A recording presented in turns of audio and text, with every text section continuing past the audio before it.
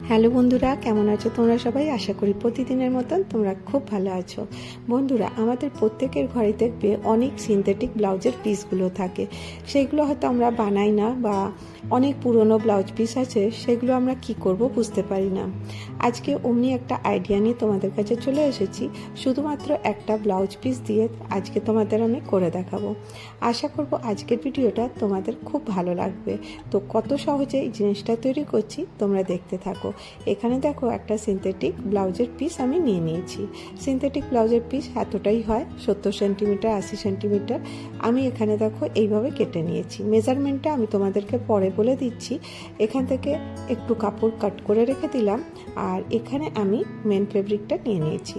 তোমরা জানো সিনথেটিক কাপড় একদমই হালকা হয়, সেই জন্য আমি এর নিচে লাইনিং দিয়েছি আর দিয়ে দিয়েছি ফোম শিট। তো তোমাদের কাছে যদি ফোম শিট না থাকে তাহলে তোমরা চাল আটার বস্তাও দিতে পারো। তো আমি এই তিনটাকে একভাবে এরকম করে রেখেছি। তো দেখো কিভাবে রেখেছি। এখানে আছে লাইনিংয়ের কাপড়, ফোম শিট আর এই মেন ফেব্রিকটা। তো এবারে কি করতে হবে, এটাকে ক্রুলিং করে নেব। ক্রুলিং করার জন্য প্রথমে আমি এখানে বল পিন লাগিয়ে দিচ্ছি। তাহলে কি হবে, তোমাদের কাপড়টা কিন্তু জায়গা থেকে সরবে না। এবারে চারপাশটা আমি সেলাই করে নিয়েছি, আর এবারে এক্সট্রা যে কাপড়টা ছিল সেটা আমি কেটে বাদ দিচ্ছি। এখানে মেজারমেন্টটা বলে দিই, 16 ইঞ্চি হয়েছে। আর এবারে লম্বাটাতে কত হয়েছে তোমাদেরকে বলে দিই। লম্বাটা হয়েছে আমাদের 32 ইঞ্চি। এবারে দেখো, তোমরা কিন্তু এটা ছোট বড় বিভিন্ন সাইজের বানাতে পারো। এবার কি করব, আমি যেভাবে কাপড়টা ফোল্ড করছি সেইভাবে ফোল্ড করতে হবে। আমি একটু ডিফারেন্ট প্যাটার্নে তোমাদের সাথে শেয়ার করছি। এবারে দেখো, এরকম করে কাপড়টা নেব আর এইভাবে ফোল্ড করতে থাকবো। যদি কটনের কাপড় হয় তাহলে কিন্তু বেশি ভালো হবে। সিনথেটিক কাপড়ে কি হয়, একটুখানি গ্রিপটা ভালো বসে না। তো দেখো, এরকম করে আমি প্লিট দিয়ে নিচ্ছি। প্লিটটা তোমরা 2 থেকে 4টাও নিতে পারো। তো দেখো, আমি বেশ কতগুলো প্লিট এখানে দিয়ে নিলাম, আর ঠিক ওই একইভাবে প্লিট অপর পাশেও নিয়ে নেব। খুবই সহজ, খুব ইজিলি তৈরি করতে পারবে। তো পুরনো ব্লাউজ পিস বাড়িতে ফেলে না রেখে তাড়াতাড়ি করা শুরু করে দাও। এবার দেখো, এরকম করে এখানেও আবার আমি প্লিট নিয়ে নিচ্ছি। প্লিটগুলো নিয়ে বল পিন লাগিয়ে নিচ্ছি যাতে আমার সেলাই করতে সুবিধা হয়। তো দেখো, দুটো এরকমের শেপ রেডি হয়ে গেছে। এবারে চলো আমি এটা মেশিনে সেলাই করব। আঙুল দিয়ে যতটা দেখাচ্ছি ঠিক ততটা সেলাই করে দিতে হবে। নিচের দিক করে 3 থেকে 3 ইঞ্চি পর্যন্ত সেলাই করতে হবে। এইভাবে যেখানে যেখানে আমি বল পিনটা লাগিয়েছিলাম তার উপর থেকেই কিন্তু এই সেলাইটা করে নিতে হবে, আর বল পিনটা সরিয়ে দিতে হবে।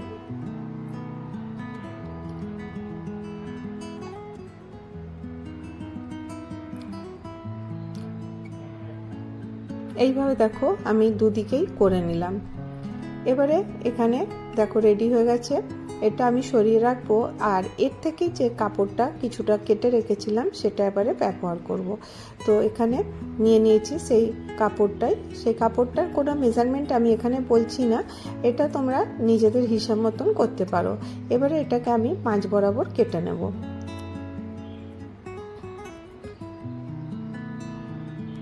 আর এর মধ্যে নিয়ে নেব ফোম শিট। ফোম শিটটা এরকম করে মাঝখানে রাখবো, আর এভাবে ডবল ফোল্ড করে এটা সেলাই করে দেবো। এইভাবে দেখো, ডবল ফোল্ড করে আমি পুরোটা সেলাই করে দিচ্ছি। বেল্ট আমার রেডি হয়ে গেছে। তো এবারে দেখো কি করব, এটা অ্যাটাচ করব। অ্যাটাচ করার জন্য আমি একটা কোনো ডিফিকাল্টিতে যাচ্ছি না, একদম সিম্পলভাবে উপরে রেখেই এটাকে আমি সেলাই করে দেবো। তো দেখো, আন্দাজ মতনই লাগালাম। এই পাশ থেকে ওই পাশ থেকে 2-2 ইঞ্চি জায়গা ছেড়ে দিয়েছি। ছেড়ে দিয়ে এখানে আমি হ্যান্ডেলটা লাগিয়ে নিচ্ছি। এইভাবে একটু ফোল্ড করে নেব, করে এখানে বল পিন লাগিয়ে দিয়েছি, আর এইভাবেই সেলাই করবো। 2 পাশটাতেই এইভাবেই কিন্তু বেল্টটা লাগিয়ে নিতে হবে।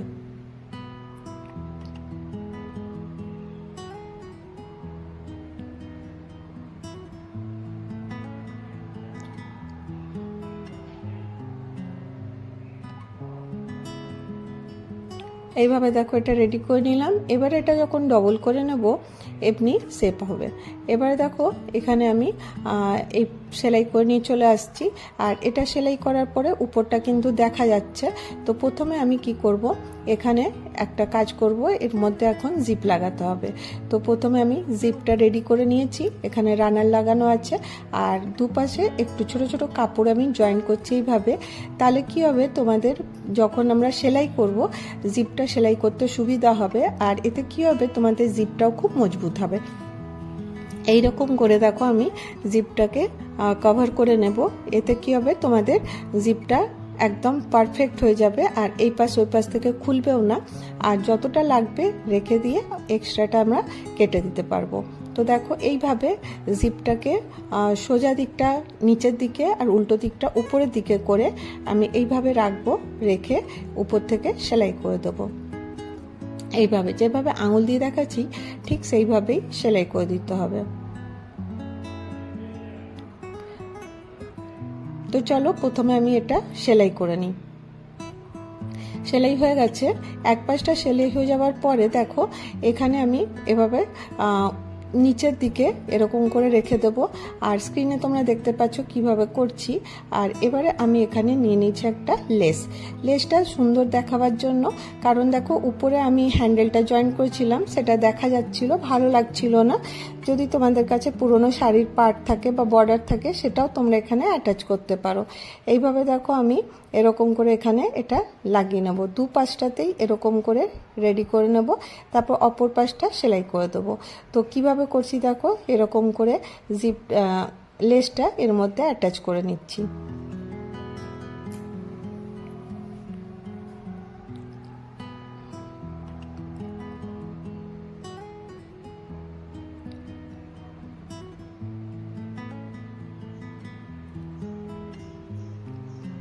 এইভাবে ঘুরিয়ে নিতে হবে। আর এখানে না একটা ঝালরওয়ালা লেস ছিল, সেটাও আমি লাগিয়ে দিচ্ছি। আর দেখতে ভালো লাগবে। দেখো এরকম একদম প্লেন ছিল ব্লাউজের পিসটা না, তো সেই জন্য এটা যদি লাগিয়ে দেবো এর লুকটা কিন্তু খুব সুন্দর হবে। এবার দেখো আমি এটা রেডি করে নিয়ে চলে এসেছি। আর উপর পাশে সেলাইটা করে নিয়েছি, জিপটা এখানে আমি লাগিয়ে দিয়েছি। আশা করি তোমরা বুঝতে পারছো। অপর পাশটা এইভাবেই লাগিয়ে নিলাম। এবার এটাকে এরকম করে সোজা করে নেবো, হ্যান্ডেলগুলো ভেতরের দিকেই থাকবে। আর যেমনি আঙুল দিয়ে দেখাচ্ছি দুপাশটা ঠিক সেইভাবেই সেলাই করে নিতে হবে।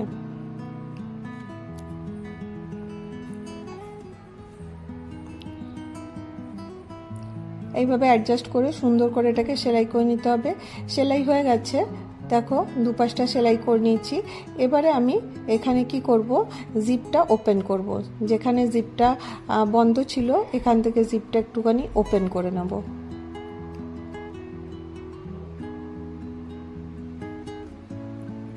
এইভাবে দেখো ওপেন করে নিয়েছি। এখানটা একটু লক্ষ্য করে দেখবে। এবারে আমি বেসটা বানাবার জন্য আজকে কোনো কাটিং করছি না, বিনা কাটিং করেই এটা আজকে রেডি করব। তো আমি কিভাবে ধরছি জিনিসটা একটু লক্ষ্য করে দেখো। জাস্ট খালি এইভাবে এর যে কোনাগুলো আছে এটা বার করে নেব, এরকম করে দুটোকে সমান করে রেখে দেবো।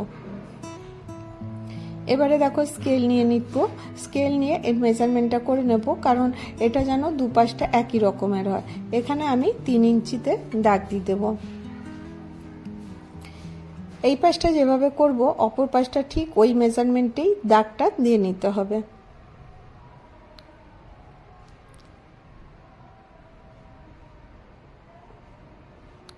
খুবই সহজ, দেখো কত ইজিলি তোমরা এটা তৈরি করতে পারবে ফেলে দেওয়া ব্লাউজের পিস থেকে। আর দেখো এই সিনথেটিক ব্লাউজের পিসগুলো এতটাই ছোট হয় যে কোনো কাজেরও থাকে না, আমরা এগুলো ফেলেই রেখে দিই। তো দেখো সেলাই করে নিয়ে চলে এসেছি। এবারে এটা কমপ্লিট হয়ে গেছে। এবারে ফিনিশিংয়ের জন্য তোমরা এক্সট্রা যে কাপড়টা আছে এটা এখান থেকে কেটে নেবে।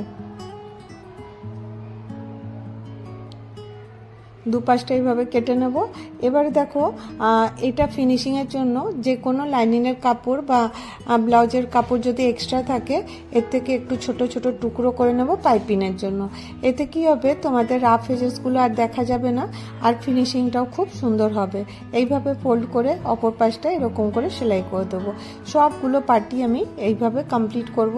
তাহলে কি হবে, তোমাদের এই রাফ এজেসগুলো না দেখা দেওয়ার জন্য এটা দেখতে খুব সুন্দর হবে। এবার দেখো এটাকে সোজা করে দেখাই।